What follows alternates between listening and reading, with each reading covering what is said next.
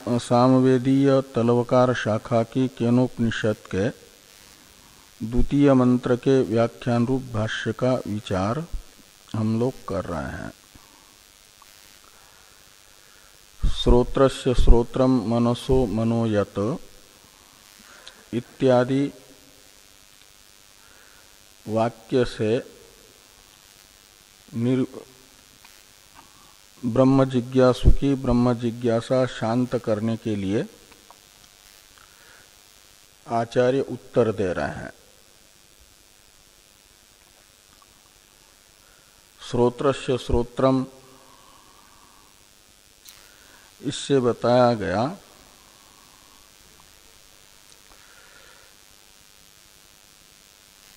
कि श्रोत्र इंद्रिय का जो शब्द ग्रहण रूप व्यापार में प्रवर्तक चेतन है,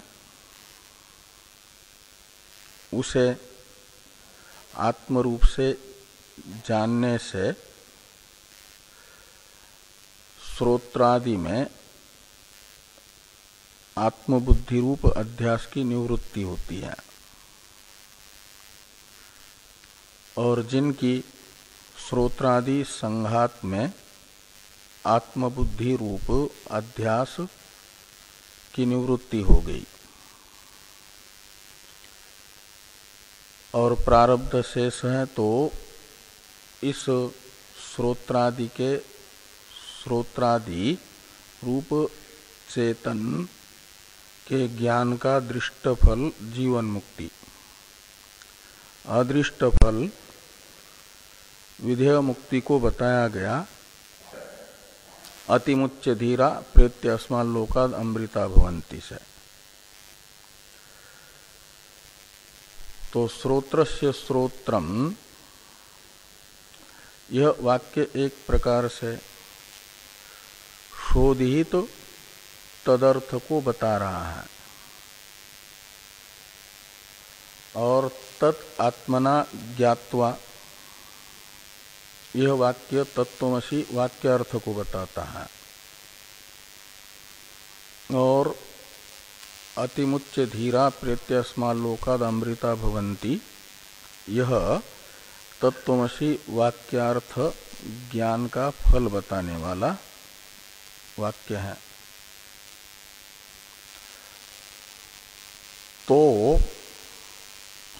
श्रोत्रस्य श्रोत्रम यत् तत् आत्मना ज्ञात्वा श्रोत्रादो आत्मबुद्धिम अतिमुच्य जीवन मुक्ता संत धीरा प्रारब्ध क्षयानंतरम अमृता भवन्ति यानी विदेह कैवल्यम प्राप्नुवन्ति। ये ब्रह्म जिज्ञासु के प्रश्न का उत्तर देते हुए आचार्य ने कहा। श्रोत्रस्य श्रोत्रम इत्यादि में श्रोत्र शब्द, श्रोत्रस्य इस षष्ट्यंत का अर्थ है शब्द ग्रहण का करणभूत श्रोत्र इंद्रिय, और द्वितीय जो श्रोत्रम ये शब्द है प्रथमांत, इसका अर्थ है वो शब्द ग्रहण सामर्थ्य का निमित्त। श्रोत्र इंद्रिय में जो शब्द ग्रहण का सामर्थ्य है वो जिसकी सन्निधि से आता है उसे कहा जा रहा है श्रोत्रम शब्द से।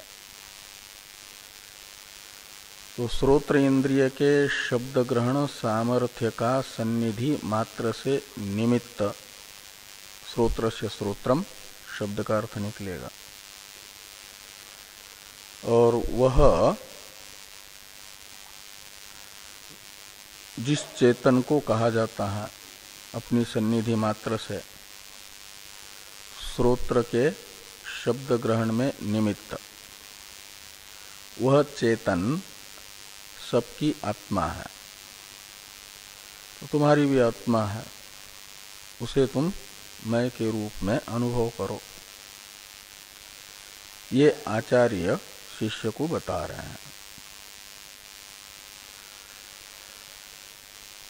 श्रोत्रस्य श्रोत्रम, ये जो उत्तर वाक्य है शिष्य के प्रश्न का आचार्य के द्वारा प्रयुक्त, इसमें प्रश्न अनअनुरूपत्व नामक दोष की आशंका करके निराकरण किया जा रहा है।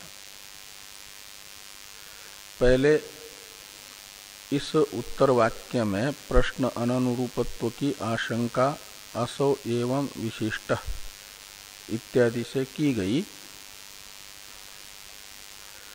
शंका करने वाले ने कहा कि शिष्य ने पूछा है चक्षु श्रोत्रम कौदेवो युनक्ति, इस वाक्य से श्रोत्र का प्रवर्तक कौन है, वो किस प्रकार का है।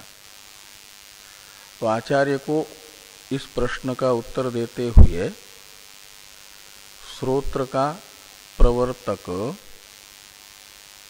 इस प्रेरणा से विशिष्ट है, इस प्रेरणा से विशेष से विशिष्ट है, ऐसा उत्तर देना चाहिए था। असो एवं विशिष्ट इत्यादि, और ऐसा न कह करके श्रोत्रस्य श्रोत्रम ये जो कहा जा रहा है, यह प्रश्न के अनुरूप उत्तर प्रतीत नहीं होता। इस प्रकार की जो शंका की गई उत्तर वाक्य में प्रश्न अननुरूपत्व रूप दोष विषयक आक्षेप, इसका निराकरण करते हुए सिद्धांतियों ने कहा नैष दोषः। तो एष दोषः यानी आक्षेपकर्ता को उत्तर वाक्य में प्रश्न अननुरूपत्व रूप दोष जो भ्रांति से प्रतीत हो रहा है, वह वस्तुतः उत्तर वाक्य में नहीं है। एष दोषः न का अर्थ है। क्यों नहीं है? तो कहा इसलिए कि तस्य अन्यथा विशेष अनवगमात्, ये सूत्रात्मक उत्तर है। तो तस्य यानी श्रोत्र के प्रयोक्ता में, अन्यथा का अर्थ है श्रोत्र इंद्रिय के व्यापार से अतिरिक्त कोई स्वतंत्र प्रेरणा विशेष रूप व्यापार निर्धारित न होने से, अनवगमात् का अर्थ है ज्ञात न होने से। जो श्रोत्रादि कार्यक्रम संघात का प्रयोक्ता है, उसका कोई प्रयोज्य व्यापार से अलग अपना स्वतंत्र प्रेरणा रूप व्यापार निर्धारित न होने के कारण श्रोत्रस्य श्रोत्रम इस उत्तर वाक्य में प्रश्न अननुरूपत्व दोष नहीं है। नैष दोष तस्य अन्यथा विशेष अनवगमात्, इस सूत्र वाक्य से कहा गया।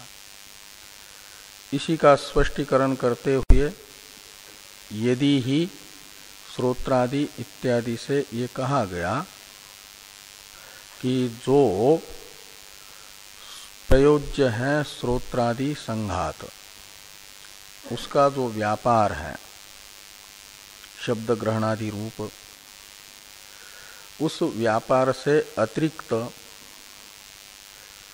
श्रोत्रादि की प्रेरणा विशेष रूप व्यापार श्रोत्रादि के प्रेरक चेतन का होता। जैसे कुल्हाड़ी आदि के प्रेरक काष्ठक्षेत्ता आदि का कुल्हाड़ी आदि के व्यापार से अलग व्यापार होता है। कुल्हाड़ी को लकड़ी पर पटकाना, फिर उठाना, फिर पटकाना रूप, ये कुल्हाड़ी के प्रवर्तक काष्ठ छेदन अनुकूल व्यापार में कुल्हाड़ी का प्रवर्तक जो काष्ठ छेदता पुरुष है उसका व्यापार है। कुल्हाड़ी का व्यापार अलग है और कुल्हाड़ी के प्रयोक्ता का व्यापार अलग है। जैसे ऐसे श्रोत्रादि के प्रवर्तक का व्यापार यदि श्रोत्रादि के व्यापार से अलग होता तब तो श्रोत्रस्य श्रोत्रम यह प्रश्न के अनुरूप उत्तर होता। लेकिन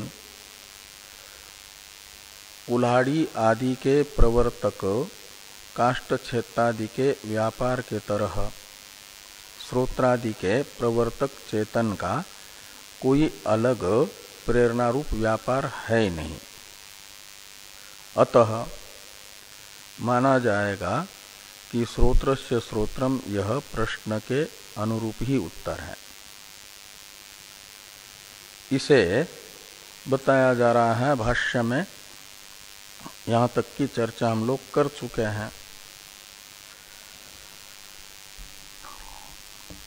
कि न तो इह श्रोत्रादीनां प्रयोक्ता स्वव्यापार विशिष्टो लवित्रादिवत अधिगम्यते श्रोत्रादीनां एव तु संहतानां व्यापारेण आलोचन संकल्प अध्यवसाय लक्षणेन फलावसान लिंगेन अवगम्यते। यहाँ तक की चर्चा हो गई है। आगे भाष्य है अस्ति ही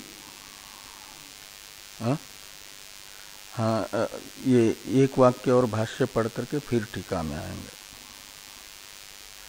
वहाँ अनुमान बताया जा रहा है एक अस्ति ही श्रोत्रादिभिः ही असंगतो यत् प्रयोजन प्रयुक्त श्रोत्रादि कलापो गृहादिवत इति संहतानां प्रार्थत्वात् अवगम्यते श्रोत्रादीनां प्रयोक्ता तस्मात् अनुरूपम एव इदं प्रतिवचनम श्रोत्रस्य श्रोत्रम इत्यादि। यह पूर्ण विराम होना चाहिए। तस्मात् अनुरूपम एव इदं प्रतिवचनम श्रोत्रस्य श्रोत्रादि इति श्रोत्रादि इत्यादि ये है ना। यहाँ पूर्ण विराम हाँ इसमें नहीं है, पुराने वाले में। तो ये कहते हैं श्रोत्रादि कलाप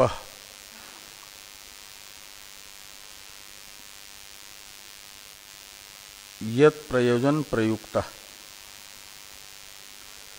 यानी कलाप शब्द का अर्थ है संघात समूह। तो श्रोत्रादि कलाप का अर्थ है श्रोत्रादि समूह संघात कार्यकरण संघात। इसमें प्रवृत्ति हो रही है श्रोत्रादि संघात में। श्रोत्र की प्रवृत्ति हो रही है शब्द ग्रहण रूप व्यापार में, चक्षु की प्रवृत्ति हो रही है रूप ग्रहण रूप व्यापार में, त्वक की प्रवृत्ति हो रही है स्पर्श ग्रहण में। ऐसे कार्यक्रम संघात अंतःपाती प्रत्येक अंश का अपना अपना व्यापार करने में प्रवर्तन हो रहा है। तो कहते इनकी प्रवृत्ति निष्प्रयोजन हो नहीं सकती और ये जड़ संघात रूप होने से ये नियम है कि संघातस्य परार्थत्वात्। जो संघात है उसमें प्रवृत्ति अपने लिए अपने प्रयोजन के लिए नहीं होती, अन्य के प्रयोजन के लिए होती है। रथादि जो संघात है जड़ उसकी प्रवृत्ति होती है जो रथी है उसे गंतव्य तक पहुंचाने के लिए। तो रथी को गंतव्य तक पहुंचाना रूप प्रयोजन ये रथ का नहीं है। रथी के प्रयोजन के लिए रथ में प्रवृत्ति है। रथ संघात रूप है। ऐसे घर में जो प्रवृत्ति है, घर भी एक संघात रूप है। ईंट सीमेंट आदि का समूह है ना।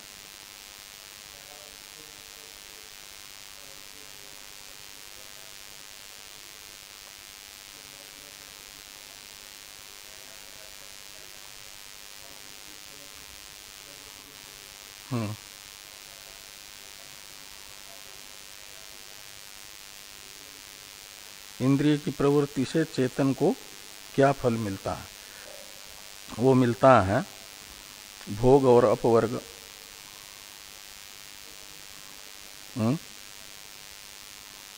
तो जो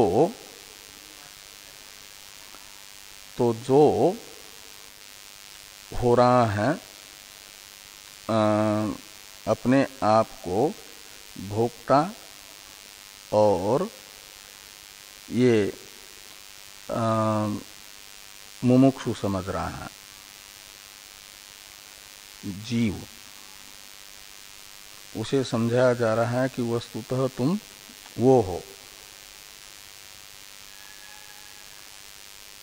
कौन? जो इस कार्यक्रम संघात से अलग, यानी तत्वमसि वाक्यार्थ का उपदेश किसको है? मुमुक्षु को, जिज्ञासु को। ऐसे जिज्ञासु हैं जिसको अभी वो श्रोत्रादि का प्रवर्तक चेतन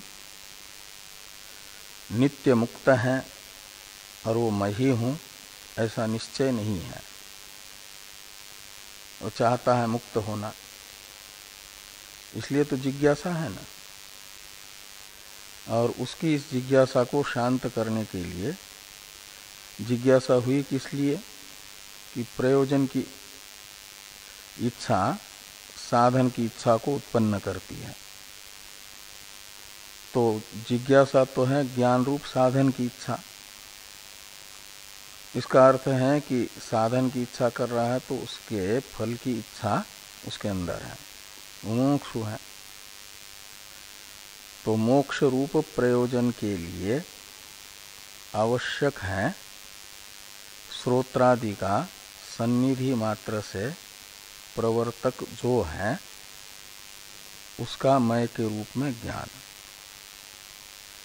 उसका मय के रूप में ज्ञान होने के बाद फिर ये ज्ञात होता है कि मैं तो नित्य मुक्त था, उससे पहले तक नहीं होता। तो ये भ्रांति निवृत्ति के लिए आरोपित जो बंधन है, इस बंधन की निवृत्ति होने पर ही नित्य मुक्तता का, उसके आप्त कामत्व का बोध होता है। उससे पहले तक उसको या तो अभ्युदय की या तो मोक्ष की कामना रहती है। तो ये अभ्युदय है भोग और मोक्ष है अपवर्ग। ये जो चाह रहा है उसे समझाया जा रहा है कि तुम तो वस्तुतः अभोक्ता हो और वस्तुतः नित्य मुक्त हो, इस समय भी मुक्त ही हो। इस समय भी मुक्त हो ये समझ में नहीं आ पाएगा जब तक श्रोत्रादि में से आत्मबुद्धि का व्यावर्तन नहीं होगा। तो श्रोत्रादि से आत्मबुद्धि का व्यावर्तन करने के लिए ये दिखाना जरूरी है, उपदेश करना उसको प्रयोजन है। तो ये कह रहे हैं कि श्रोत्रादि संघात प्रवृत्त हो रहा है और उसकी प्रवृत्ति निष्प्रयोजन नहीं होगी। और संघात रूप होने के कारण जड़ है, जड़ की प्रवृत्ति अपने लिए नहीं होती, अपने से असंगत अन्य चेतन के लिए होती है। तो स्रोत्रादि की जो प्रवृत्ति है वह जिस चेतन के प्रयोजन के लिए है, ऐसा चेतन स्रोत्रादि से अलग स्रोत्रादि का प्रवर्तक विद्यमान है। उसी साक्षी में आरोपित है बंधन। उस बंधन की निवृत्ति के लिए, आरोप से मुक्त होने के लिए आवश्यक है वो ये ज्ञान। इस अभिप्राय से ये कहा जा रहा है कि अस्ति ही श्रोत्रादि भी असंगतः। तो श्रोत्रादि से अलग श्रोत्रादि का प्रवर्तक, जिसके प्रयोजन के लिए श्रोत्रादि की प्रवृत्ति है, वह विद्यमान है। अस्ति का कर्ता है वो श्रोत्रादि का प्रवर्तक चेतन। और वो कैसा है? वो श्रोत्रादि से असंगत है और उसी के प्रयोजन से प्रयुक्त होकर के, यानी उसी के प्रयोजन के लिए श्रोत्रादि जड़ कार्यकरण संघात प्रवृत्त हो रहा है, या तो भोग या तो अपवर्ग के लिए उसके बद्ध है और अपने आप को भोक्ता समझ रहा है और संसार अंतःपाती भोग की अपेक्षा है, तो उसे भोग प्रदान करने के लिए श्रोत्रादि इंद्रियां शब्दादि विषयों का ग्रहण करती है, शब्दादि से सुखानुभूति कराने के लिए।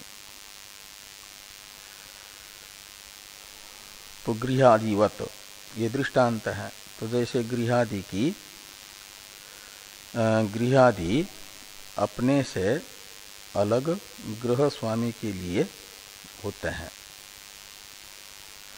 संघात रूप होने से, ऐसे ये कार्यक्रम संघात भी संघातात्मक होने से वह अपने से असंगत जो चेतन है उसके लिए प्रवर्तमान होंगे, प्रवृत्ति करेंगे।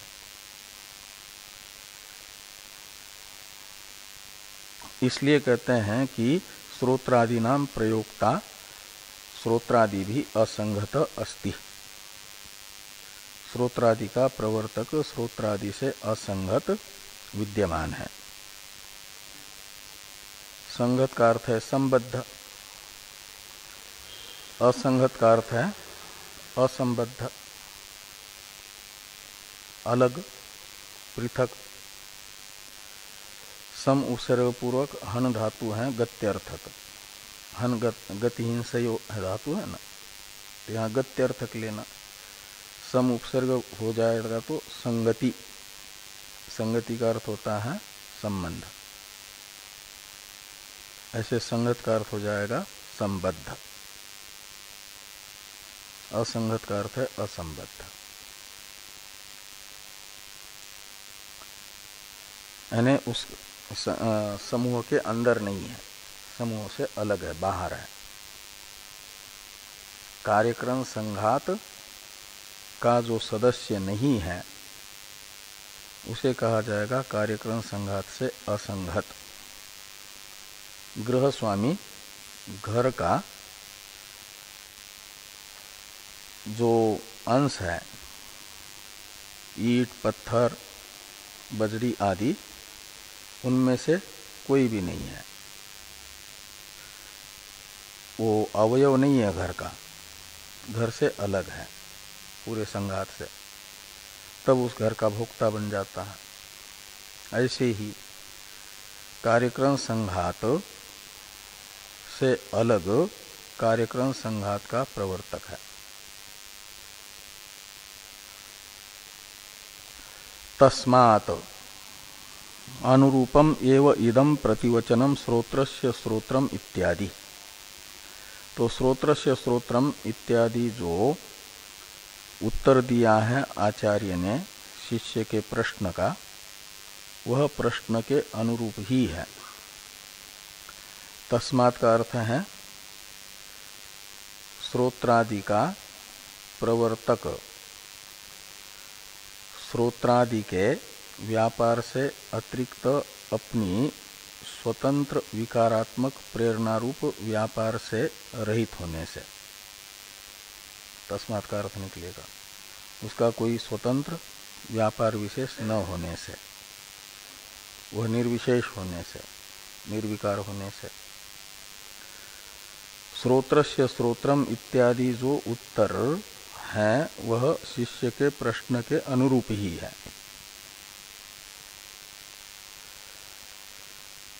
अब टीका को देखिए।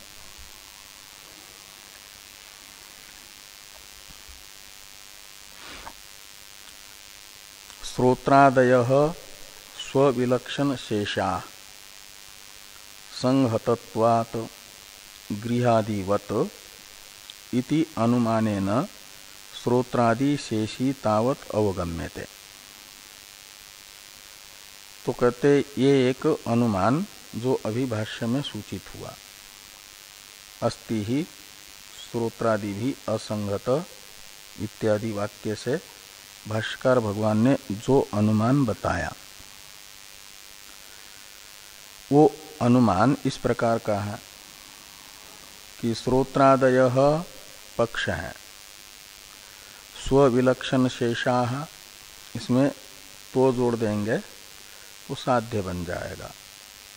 श्रोत्रादयः स्वविलक्षण शेषत्व, श्रोत्रादि में श्रोत्रादि पक्ष है, उसमें स्वविलक्षण शेषत्व साध्य होगा।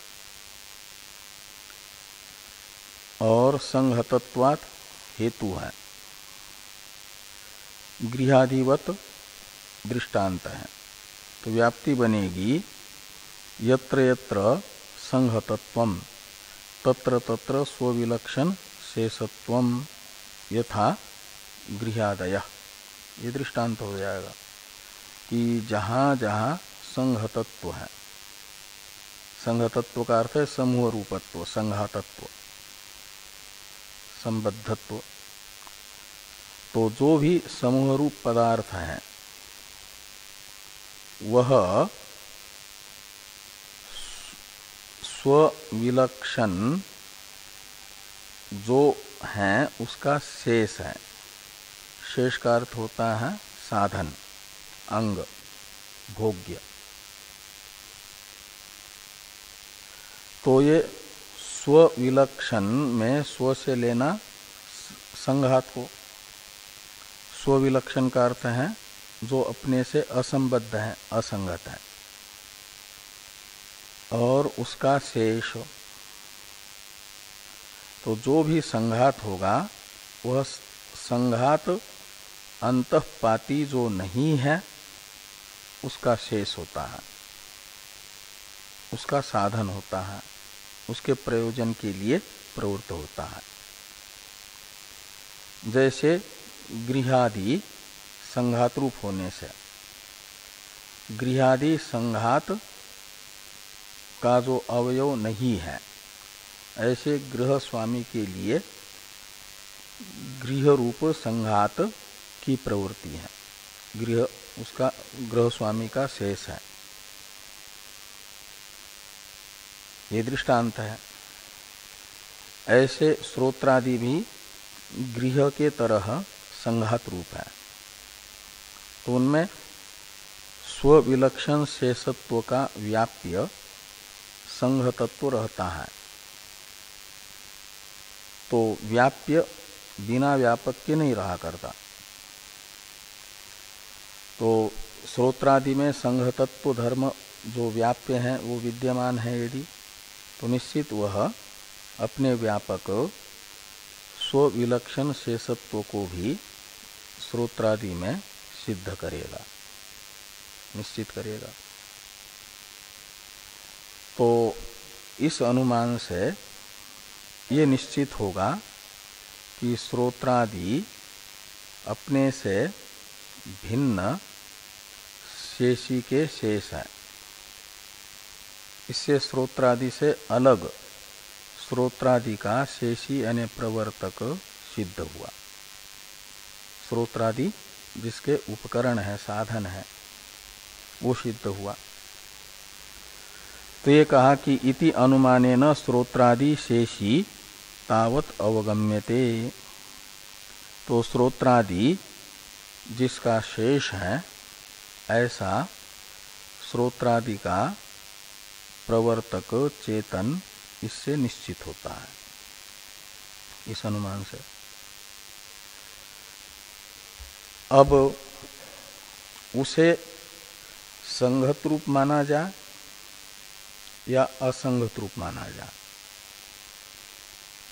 श्रोत्रादि का जो शेषी है, श्रोत्रादि तो संगत रूप है, ऐसे श्रोत्रादि का शेषी भी श्रोत्रादि के तरह संगत है या असंगत है।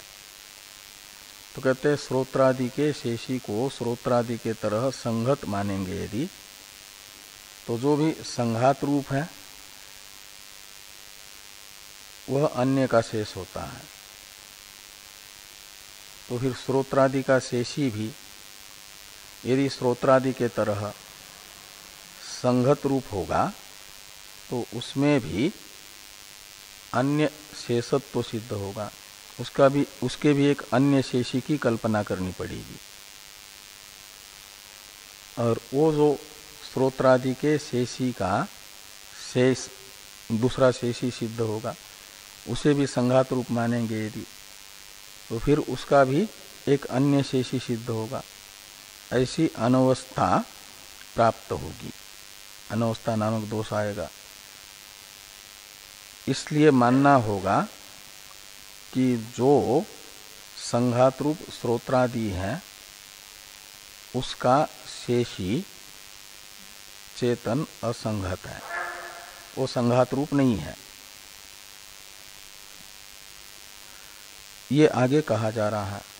तो संघात रूप न होने से असंगत हुआ, असंबद्ध हुआ। इसे आगे कह रहे हैं कि यदि सोपी, स शब्द से श्रोत्रादि का शेषी लेना, जो इस अनुमान से निश्चित हुआ, तो सोपी यानी वो श्रोत्रादि का शेषी भी संघत स्यात्, यदि उसे भी संघात रूप मानेंगे यदि, तो कहते तरही गृहादिवत अचेतन स्यात्, वो घर के तरह अचेतन मानना पड़ेगा। जो संघात होता है वो अचेतन होता है, तो वो भी संगत हो जाएगा तो अचेतन होगा, और अचेतन होने से फिर उसका भी एक दूसरा शेषी मानना पड़ेगा। वो आगे कहते हैं कि ततः तस्यापि अन्य शेषी कल्प्य। तो वो जो श्रोत्रादि का शेषी है उसमें संघात रूपत्व मानने से जड़त्व आया, और जड़त्व होने से उसके भी अन्य शेषी की कल्पना करनी पड़ रही है। और तस्यापि अन्य, और वो भी संघात रूप होगा यदि श्रोत्रादि के शेषी का शेषी, तो उसे भी संघात रूप मानेंगे तो फिर उसके भी दूसरे शेषी की कल्पना करनी पड़ेगी। इति अनवस्था प्रसंग, ये अनवस्था दोष का प्रसंग आएगा, अनवस्था दोष प्राप्त होगा। उसका परिहार करने के लिए अनवस्था प्रसंग परिहाराय असंगत चेतनो गम्यते, वो जो श्रोत्रादि का शेषी है पूर्व अनुमान से निश्चित, वह असंगत है, चेतन है, संघात रूप नहीं है, असंगत चेतन है, ये निश्चित होगा। और ये निश्चय होने से ये निकलेगा कि अतः सर्वसाक्षिणं लक्षयितुं युक्तम एवं प्रतिवचनम इत्यर्थ। तो जो सर्वसाक्षी है यानी सर्वाभाषक चेतन है, सर्व शब्द से तो लेना पूरा अनात्म वर्ग, वो संघात रूप है, जो भी संघात रूप है जड़, वो जड़ है, संघात रूप होने से जड़ है। और एक ऐसा होगा जो जड़ का अवभासक चेतन है वह असंगत है, जड़ नहीं है, चेतन है। तो इस प्रकार अतः सर्व साक्षिणम, इसमें सर्व शब्द से लेना संघात मात्र को, संघात एक वेष्टि संघात मात्र नहीं, समष्टि वेष्टि पूरे संघात मात्र को, साक्षी का मतलब प्रकाशित करने वाला, उसे लक्षित करने के लिए सर्वावभासक चेतन को, यानी तत्वमसि वाक्यांतर्गत शोधित तदर्थ को लक्षित करने के लिए कहते युक्तम एव प्रतिवचनम। ये जो उत्तर दिया है श्रोत्र से श्रोत्रम इत्यादि आचार्य ने, वह प्रश्न के अनुरूप ही है, उचित उत्तर है। युक्तम का अर्थ है उचितम।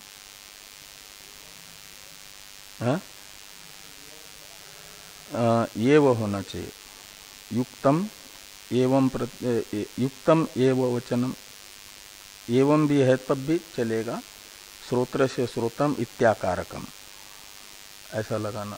एवं का अर्थ श्रोत्र से श्रोत्रम इत्याकारक जो वचन है वह उचित ही है।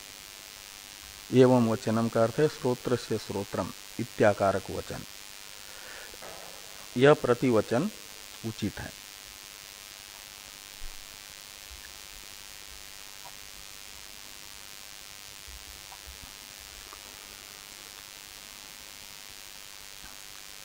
ये जो कहा था श्रोत्रादीनाम एवतु संहतानाम व्यापारेण आलोचन संकल्प अध्यवसाय लक्षणेन फलावसान लिंगेन अवगम्यते।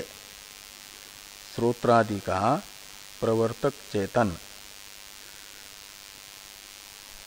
निर्व्यापार है, और निर्व्यापार होने पर भी वह श्रोत्रादि के व्यापार से ही लक्षित होता है, ये कहा था ना। तो वहां भाष्य में इसी पृष्ठ पर 18 नंबर पृष्ठ पर जो वाक्य है अंतिम, श्रोत्रादीनाम एवतु संघातानाम व्यापारेण, इस व्यापार के वहां पर दो विशेषण है, तृतीयांत पद, एक आलोचन संकल्प अध्यवसाय लक्षणेन और फलावसान लिंगेन, ये दो विशेषण है ना। उसमें फलावसान लिंगेन ये व्यापारेण का विशेषण है। इसका दो प्रकार से विग्रह टीकाकार बता रहे हैं, एक बहुव्रीहि समास फलावसान लिंग में और एक तत्पुरुष समास। तो पहले बहुव्रीहि समास का विग्रह करके बता रहे हैं कि फलावसानम यानी फल निष्पत्तिर लिंगम यस्मिन, ये किस पद की व्याख्या चल रही है भाष्यस्थ, ये मालूम है ना? कौन सा पद है? व्यापारेण का विशेषण रूप फलावसान लिंग, ये एक पद है ना। इसका ये विग्रह है कि फलावसानम लिंगम यस्मिन व्यापारे स व्यापार फलावसान लिंग तेन फलावसान लिंगेन, ऐसा विग्रह होगा। किसका? इस विशेषण का। इसमें फलावसान शब्द का बीच में टीकाकार ने अर्थ किया फल निष्पत्ति। फलावसानम भाष्य में है, बहुव्रीहि समास में दो पद होता है ना, फलावसानम एक और लिंगम एक दूसरा। इसमें बहुव्रीहि समास हुआ है, वेदीकरण बहुव्रीहि। और फलावसानम में भी समास है, वो षष्ठी तत्पुरुष, फलस्य अवसानम फलावसानम, और अवसानम शब्द का अर्थ कर रहे हैं निष्पत्ति। तो फलावसानम शब्द का अर्थ कर दिया फल निष्पत्ति।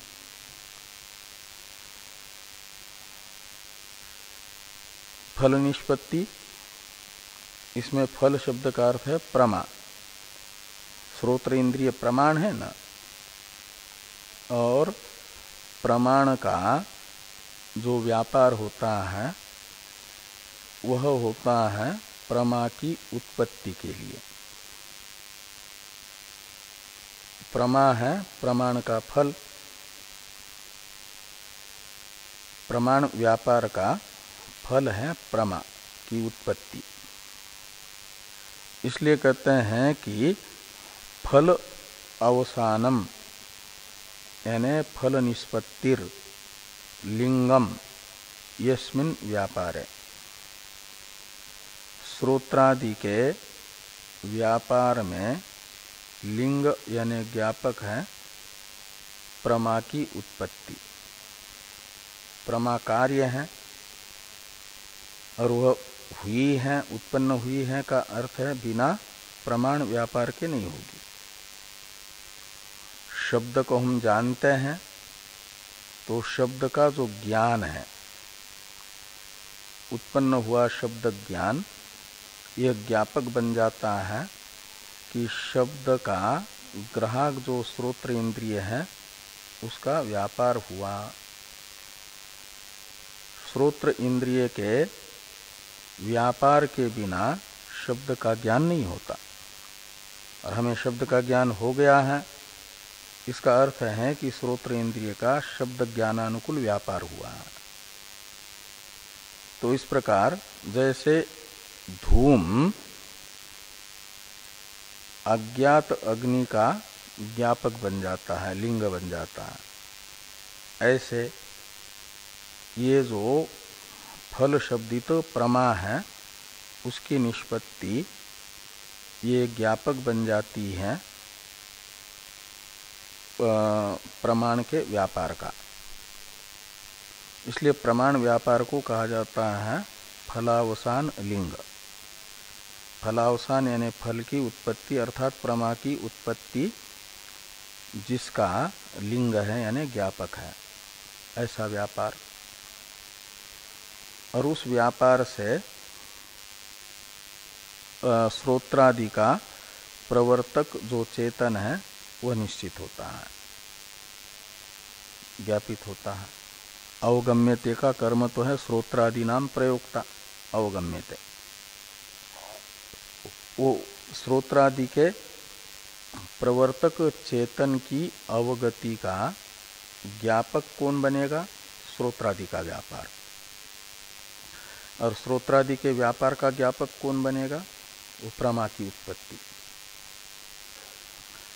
प्रमा की उत्पत्ति हुई यानी शब्द का ज्ञान हुआ, उससे श्रोत्र का व्यापार ज्ञात हुआ, और श्रोत्र के व्यापार से ज्ञापित होता है वो श्रोत्र इंद्रिय के व्यापार से उत्पन्न हुई जो वृत्ति शब्दात्मिका, शब्दाकारा, उस वृत्ति का अवभाषक साक्षी वो ज्ञात होता है कि उसकी सन्निधि मात्र से जड़ श्रोत्र इंद्रिय, जड़ में प्रवृत्ति तो बिना चेतन के नहीं होती ना, तो श्रोत्र इंद्रिय में शब्द को अवभाषित करने की शक्ति कहाँ से आई?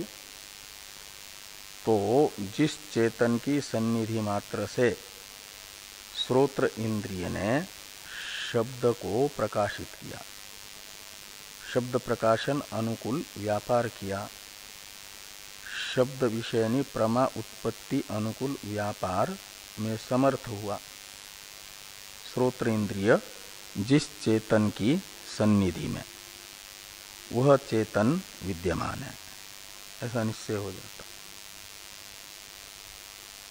तो फलावसानम यानी फल निष्पत्तिर लिंगम यस्मिन, ये एक बहुरी समास हुआ फलावसान लिंगम शब्द का। तेन फलावसान लिंगेन व्यापारेण, ऐसा अन्वय हो जाएगा।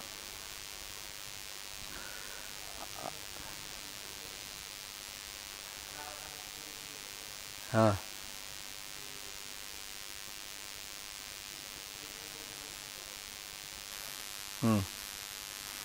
यदि बधिर हैं, हाँ तो बधिर हैं यदि, तो नहीं होगा।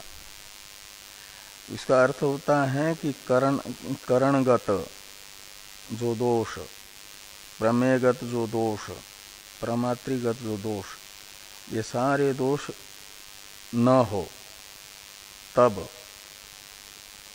जिसकी निर्दोष प्रमाता प्रमाण आदि के व्यापार से, व्यापार होने पर भी यदि चेतन न हो तो नहीं हो पाएगी फल निष्पत्ति।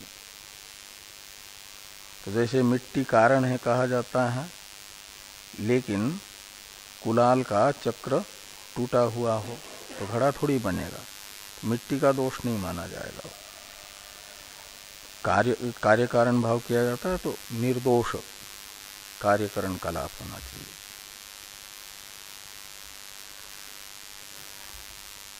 तो आगे कहते हैं टीका में टीकाकार की अवगत्या ही कर्ण से व्यापारो लिंगेते। अवगत्या यानी वो शब्द विषयनी जो प्रमा, जिसको फल कहा जा रहा था, उस फल से कर्ण का व्यापार लिंगेते यानी अभिव्यज्यते, ज्ञापित होता है, अभिव्यक्त होता है।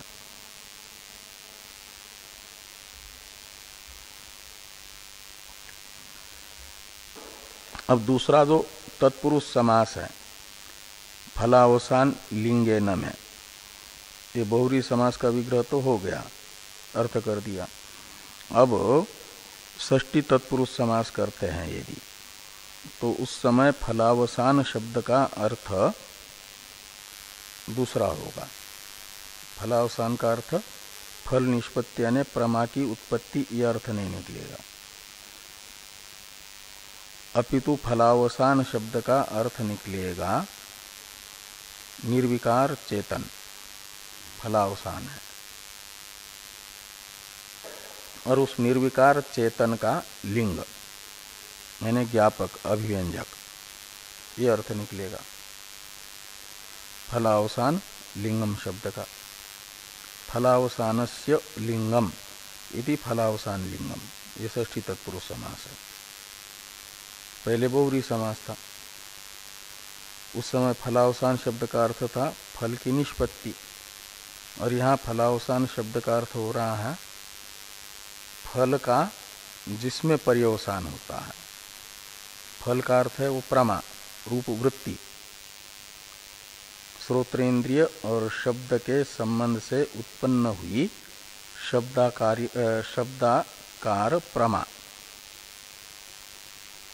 वो फल शब्द का अर्थ निकलेगा। और उसका अवसान यानी पर्यवसान, विलय जिसमें होता है,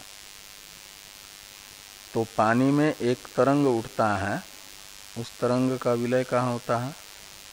पानी में ही। ऐसे जितनी भी वृत्तियां उत्पन्न होती हैं उनका अंतिम पर्यवसान किसमें होता है? वो होता है निर्विकार चेतन में। तो इसलिए निर्विकार चेतन फलावसान शब्द का अर्थ है। फल से अवसानम यानी पर्यवसानम इति फलावसानम, ऐसा षष्ठी तत्पुरुष समास। और फिर फलावसानस्य लिंगम इति फलावसान लिंगम, ऐसे दो षष्ठी तत्पुरुष समास। फल यानी प्रमा यानी वृत्ति का विलय जिसमें होता है, तो जैसे नदी का पर्यवसान है समुद्र, ऐसे वृत्ति मात्र का, प्रमा मात्र का विलय है ब्रह्म, निर्विकार चेतन। इसलिए फलावसान शब्द का अर्थ निकलेगा नित्य चेतन। और वो उस नित्य चेतन का लिंग यानी ज्ञापक, वो कौन है? करण व्यापार, श्रोत्रादि का व्यापार। श्रोत्रादि के व्यापार से अवभाषित होता है वह निर्विकार चेतन। हाँ,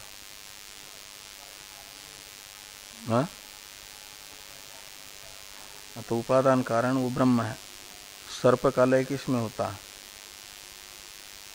सर्प का लय रस्सी में ही होता है ना।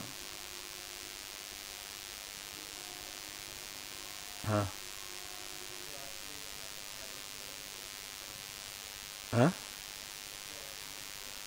और वो अविद्या भी कल्प यानी अधिष्ठान में अध्यस्त का विलय होता है। हाँ हाँ।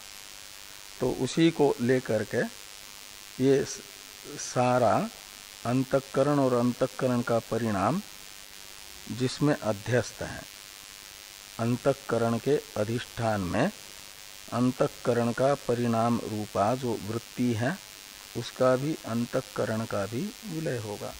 अंतःकरण तो वृत्त्यात्मक ही है ना, वो अपने अधिष्ठान में विलीन होगा। ये मान करके अंतिम में जो शेष रहता है उसे विलय स्थान कहा जाता है। तो अंतिम में शेष रहता है अधिष्ठान ही, इसलिए अधिष्ठान में विलय मान रहे हैं। तो ये कहते हैं नित्यावगति व्यंजकत्वात् वा फलावसान लिंगम व्यापार, यानी श्रोत्रादि का व्यापार फलावसान लिंग इसलिए है कि वह नित्यावगति, फलावसान शब्दित जो नित्यावगति है, नित्य अवगति कहते हैं चेतन को, ब्रह्म को। श्रोत्रादि का जो सन्निधि मात्र से प्रेरक है उसे कहा जाता है नित्य अवगति। वो यहाँ पर फलावसान शब्द का अर्थ है, श्रोत्रादि का सन्निधि मात्र से प्रेरक। और उसका लिंग यानी ज्ञापक, वो कौन है? श्रोत्रादि का व्यापार। इसलिए कहते नित्यावगति व्यंजकत्वात् वा, ये लगाना व्यापारस्य इसके साथ एक। तो नित्यावगति व्यंजकत्वात् श्रोत्रादि व्यापारस्य, ऐसे षष्ठ्यंत पद का ऊपर से अध्यार करना, श्रोत्रादि व्यापारस्य। श्रोत्रादि का व्यापार निर्विकार चेतन का अवभाषक होने से, लिंग होने से का अर्थ है ज्ञापक होने से, अभिव्यंजक होने से। फलावसान लिंगम व्यापार, व्यापार यानी श्रोत्रादि का व्यापार, उसे फलावसान लिंग कहा जाता है। का मतलब निर्विकार चेतन का अभिव्यंजक कहा जाता है, ज्ञापक कहा जाता है, लिंग कहा जाता है। और तेन शेषी लक्ष्यते इत्यर्थ, तेन यानी व्यापारेण, तत्शेषी लक्ष्यते। तो तत्शेषी यानी वह जिसके लिए प्रवृत्त हो रहा है, वो शेषी है, वो प्रवर्तक। श्रोत्र से श्रोत्रम, इस श्रोत्रम पद से लिया जा रहा है जिसको, वह ज्ञापित होता है। तेन यानी श्रोत्र व्यापारेण, तो श्रोत्र के व्यापार से श्रोत्र का अपनी सन्निधि मात्र से प्रवर्तक निर्विशेष चेतन ज्ञापित होता है। ये अर्थ निकलता है फलावसान लिंगेन व्यापारेण श्रोत्रादीनां प्रयोक्ता अवगम्यते, इस वाक्य का। बाकी की चर्चा हम लोग कल करते हैं। वो कल क्या अष्टमी है? कल अनध्याय है। अच्छा।